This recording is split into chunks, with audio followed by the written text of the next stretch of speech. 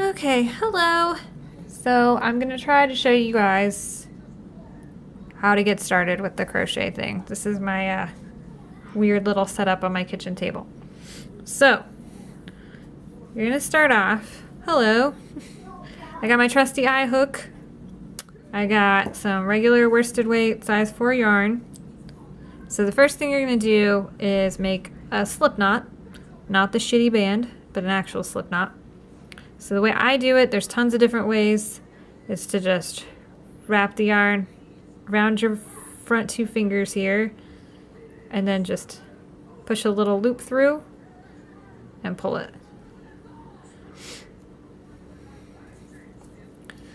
So then you'll put it on the hook. You want it to be, pretty loose, not super duper tight.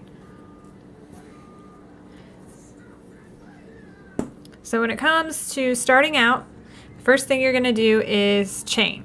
So usually a pattern will tell you how many you're going to chain, and sometimes it'll tell you to chain 10 plus 1. So you'll do 11, but the 1 really doesn't count because it's like a turning chain. So we'll get to that. So I like to wrap the yarn around my pinky and then underneath. You can do it however it feels right. I do this because it helps me keep a pretty good tension on the yarn. So the main thing is you don't want to be too loose, you don't want to be too tight. So to get started with a chain, the first thing you want to do is yarn over. So whenever you yarn over, you're going to take the yarn around the back of the hook and catch it right there. So you'll yarn over and pull through your slip knot, and that'll be your first chain. So to do it again, you'll just yarn over and pull through. Yarn over, pull through. And then you'll see you have kind of a nice row of V's starting. So we'll chain probably 20 or so. So we've got 4 already. So 5, 6, 7, 8, 9, 10. I'm going to make them super loose so you can see what I'm doing here. Of course, I lost count. 9, 10, 11, 12, 13, 14, 15.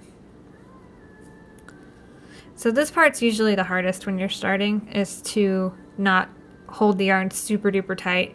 It should always be able to move a little bit. You should always be able to pull it through with no problem.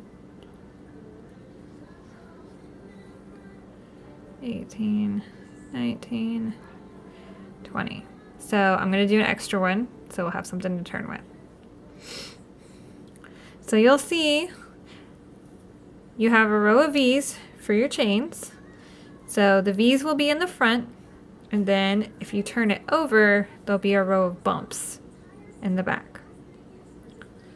I don't know how well that's showing up. There you can see them. So some people, when they make their first row, which is always the most difficult row, some people like to go into the bumps on the back. Some people like to go underneath both legs of the V. I like to go through one leg of the V and the bump in the back. That just works for me. So you're usually going to go into the second chain from your hook. So like this would be the first one, this extra one that we made right here. And so then the second one is the one you're going to go into to start your row. So to start the row, there's the left leg of the V, there's the right leg of the V. I'm going to go right in the middle and underneath the bump on the back. So then you're going to yarn over, pull through and leave 2 loops on your hook. You'll yarn over and then pull through both loops on your hook. And that is a single crochet. So to do it again, you'll see the V. There's one leg, there's the other. I'm going to go right in the middle of it. Yarn over, pull through once, have 2 loops left on your hook, yarn over again, and pull through both. So we'll do it again. There's one leg of the V, there's the other leg of the V, and I go right through the middle, yarn over, pull through once, have 2 loops on your hook, pull through both loops, and there's a single crochet made.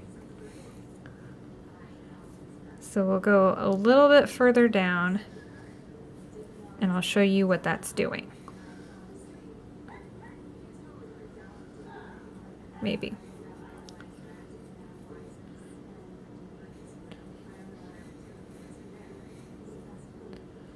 Go through both. Yarn is tangling. So there's one V, there's the other. I'm gonna go right through the middle.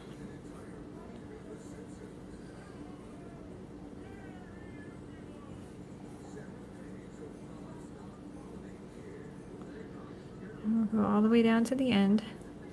And you'll see what it's doing is it's making a row of stitches and there are V's on the top. So once we get done with this, this is usually called your foundation row. Once you get done with this, it's pretty well smooth sailing. The foundation row is usually the hardest one because you gotta count chains, you gotta figure out where you're at, and then you gotta go through here. So here's where your last stitch was. You can see where it was there. So I'm gonna go into the next space. Pull through once, and then pull through again. So we'll go all the way down to the end.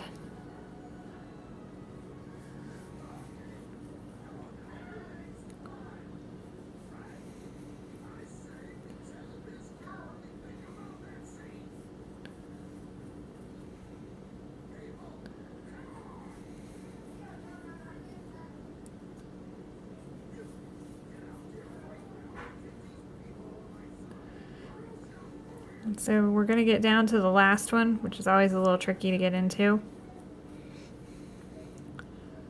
So there's the last one where we made our slip knot. I'm going to do the same thing. Go right in through the middle. And sometimes it's hard to figure out where it's going to come through. Sometimes you just got to work your way in there. Pull through. And there you go. So now that we're at the end, we should have 20 of these V's going down our work. So 1, 2, 3, 4, 5, 6, 7, 8, 9, 10, 11, 12, 13, 14, 15, 16, 17, 18, 19. Whoops, I'm one short. Oh well. So once you get to the end, with single crochet, you're always going to chain 1, and that's going to be called a turning chain. So to do the turning chain, we're going to do exactly what we did before. You just yarn over and pull through. And that's going to give your yarn a little bit of room when you turn it to go into the next stitch. So you just turn the work around. A lot of people like to mark their last stitch so they know where to go. I typically don't have to because I do it pretty loose, but I'll show you. So when we go back, now that we've made 1 row of single crochet, we're always going to go into the top V, the top of the stitch that looks like a V. So there's the left leg of the first stitch, there's the right leg. Sometimes the pattern will call it front loop and back loop. So if I was going to go into the back loop of this, I would put my hook just through that back leg. And it's going to leave a little ridge in the front. And the same thing, if I was going to go into the front loop, I would just go underneath that right leg. But for regular old single crochet, which is what we're going to do, you're going to go underneath both legs of this first V. I don't know if you can actually see what I'm doing. So there's your V. I'm going to put the hook underneath both legs of it. Yarn over, pull through and leave 2 loops on the hook, yarn over and pull through again. then we'll do the exact same thing. You'll see there's kind of a little hole here underneath where the V is. That's where we're going to put our hook. So you stick the hook through, yarn over, pull through, yarn over, and pull through both. So you'll find the next V, which is right there. There's a little gap underneath it. Put your hook right through there. Yarn over, pull up, yarn over, and pull through both.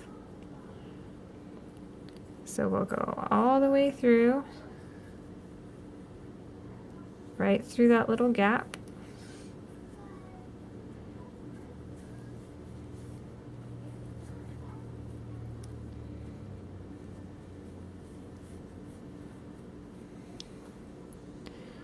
There's another V.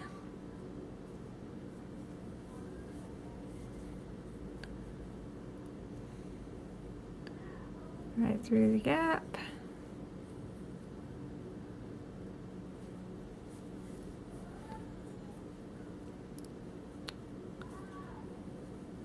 And there's really no right or wrong way to hold it as long as you get what you need to get. So whatever feels good, that's what you should do.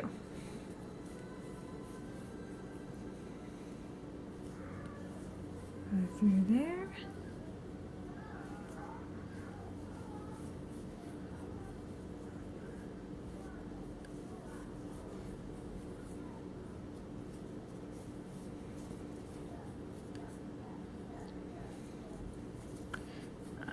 We'll get to the last stitch, which is always kind of a little bit fiddly to get into, and pull right through. So it's usually going to be a little bit twisty when you first start until you get a few more rows in. And so you can see it's nice and even. We've got another row of V's at the top. So now we're just going to do another turning chain and go on back. Some more yarn here.